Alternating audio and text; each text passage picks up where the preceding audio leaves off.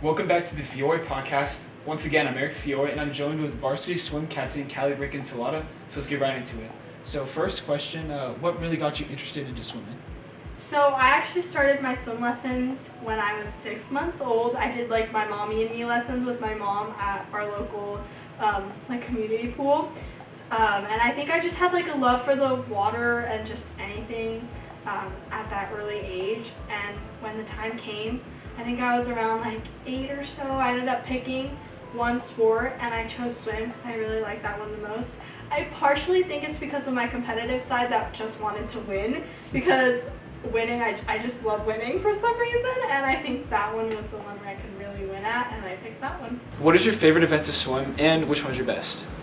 So my favorite and best events actually aren't offered in high school. So I do club swim and I do high school swim, and club offers different events than high school. Most of the time it's just longer events.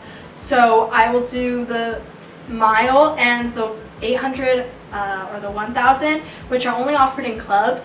Those are my best events, so I'm actually a long distance swimmer, so those exactly where I peak at, I guess you could say. And I also do open water swimming, which is in like lakes, oceans, which is way longer. It's a 5K to a 7.5K. Those are the events I do for open water. But if we're specifically talking about high school, I like to do the 500, and that's what I'm best at in high school. Nice. And on the topic of club, what club do you swim for?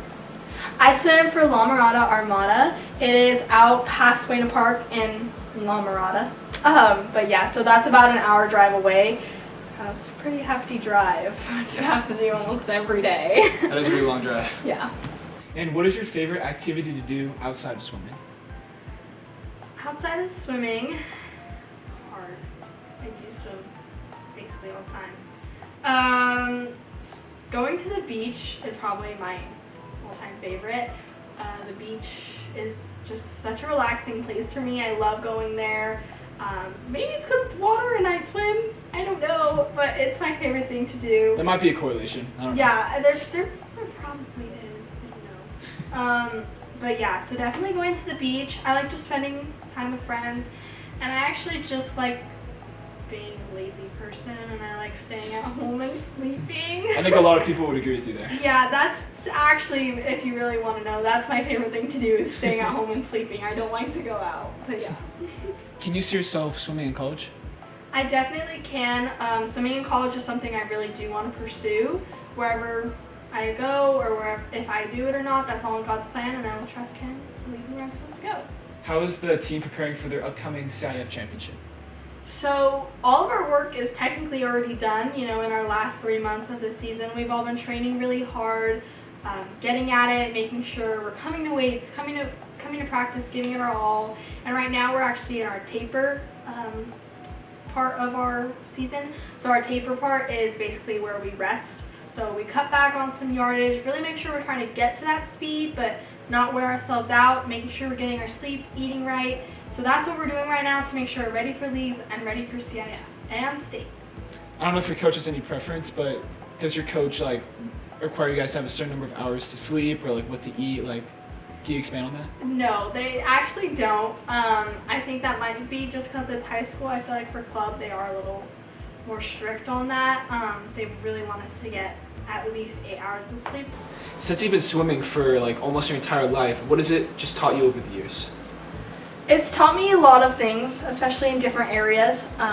When it comes to interacting with people, it's taught me how to be a good team player, as well as having good sportsmanship. I think good sportsmanship is a key highlight in how I like to race and how I treat people after, even if I win or either if I lose my race. Or I always try to still be there for everyone, make sure I'm not bitter about it. But I think that's taught me a lot, especially not just in swim, but to do that outside of swim.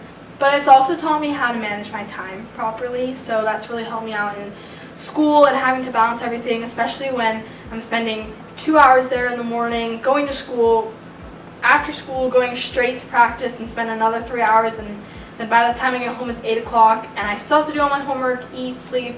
It's definitely taught me how to manage my time right, and that's really helped me succeed in school and swim. since you've been swimming for almost your entire life, like you picked up on a lot of things and kind of like gained wisdom about the sport. So I was just wondering, to like those people that are trying to swim in high school or like the young kids out there, like what advice would you give to those kids? Definitely to make sure you're still having fun with the sport. I unfortunately think I lost that at a certain period. Trying to gain it back, it is a really tedious process, especially when you've done it for so long. It's almost that love-hate relationship with the sport. But definitely remember the reasons why you chose the sport. It's very easy to fall into, I need to hit these times. If I don't hit these times, like I'm worthless. Like your whole life revolves around swimming. You have to remember that you're not just swim. You're more than that. More pieces make up you as a person. Like if someone's gonna remember you across the street, what are they gonna know? Oh, she was a great swimmer. No, they're gonna say how you made them feel.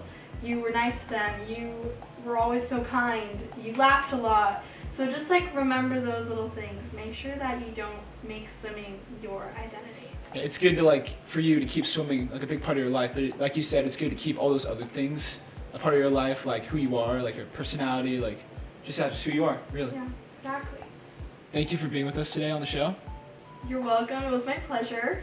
I'm Eric Fiore, and until next time, tune in.